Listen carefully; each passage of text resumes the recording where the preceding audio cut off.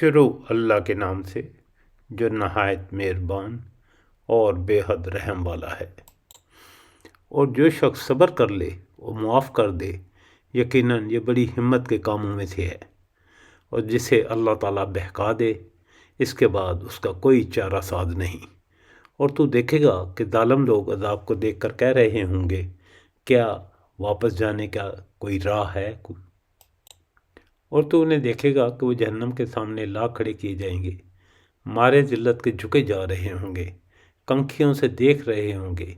ایمان والے صاف کہیں گے کہ حقیقی ضیاءکار وہ ہیں جنہوں نے آج قیامت کے دن اپنے آپ کو اور اپنے گھر والوں کو نقصان میں ڈال دیا۔ یاد رکھو کہ یقیناً ظالم لوگ ہمیشہ عذاب میں ہیں۔ ان کا کوئی مددگار نہیں جو اللہ تعالیٰ سے الگ ان کی مدد کر سکے، اور جسے اللہ گمراہ کر دے اس کے لیے کوئی راستہ ہی نہیں۔ اے لوگو، اپنے پروردگار کی دعوت پر لبیک کہو، اس سے پہلے کہ وہ دن آئے جو اللہ کی طرف سے ٹلنے والا نہیں ہے۔ اس دن نہ تمہارے لیے کوئی جائے پناہ ہوگی اور نہ انکار کی کوئی گنجائش ہوگی۔ اور اگر وہ روگردانی کریں تو ہم نے آپ کو ان کا نگہبان مقرر کر کے نہیں بھیجا، آپ کی ذمہ داری صرف پہنچا دینا ہے۔ اور ہم جب انسان کو اپنی رحمت کا مزہ چکھاتے ہیں تو اس سے خوش ہو جاتا ہے، اور اگر انہیں ان کے اعمال کی پیدائش میں کوئی تکلیف پہنچتی ہے تو انسان بڑا ناشکرہ بن جاتا ہے۔ آسمانوں اور زمین کی بادشاہی اللہ ہی کے لیے ہے۔ وہ جو چاہتا ہے پیدا کرتا ہے، اور جس کو چاہتا ہے لڑکیاں عطا کرتا ہے، جسے چاہتا ہے لڑکے عنایت کرتا ہے، اور جسے چاہتا ہے لڑکے لڑکیاں جمع کر دیتا ہے، اور جسے چاہتا ہے بھانج بنا دیتا ہے۔ بے شک وہ بڑا جاننے والا، بڑا قدرت رکھنے والا ہے۔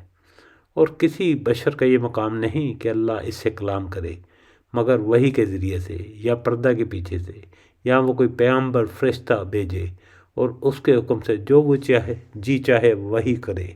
بے شک وہ بزرگ و برتر اور بڑا حکمت والا ہے۔ اور اسی طرح ہم نے آپ کی طرف وحی کی صورت میں اپنی ایک خاص روح بھیجی۔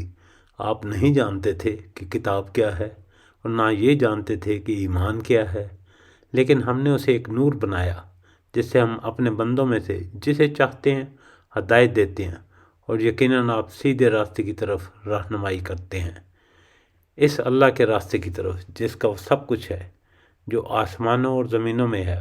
خبردار، سب معاملات کی بازگشت اللہ ہی کی طرف ہے۔ بسم اللہ اول وآخر، شکر الحمدللہ رب العالمین۔ آج سورہ شورى کا ترجمہ اور ریکارڈنگ مکمل ہو گئی۔ اللہ تعالی ہماری کوششیں قبول فرمائے، آمین۔ ہمیں اپنی دعاؤں میں یاد رکھیے گا۔ والسلام۔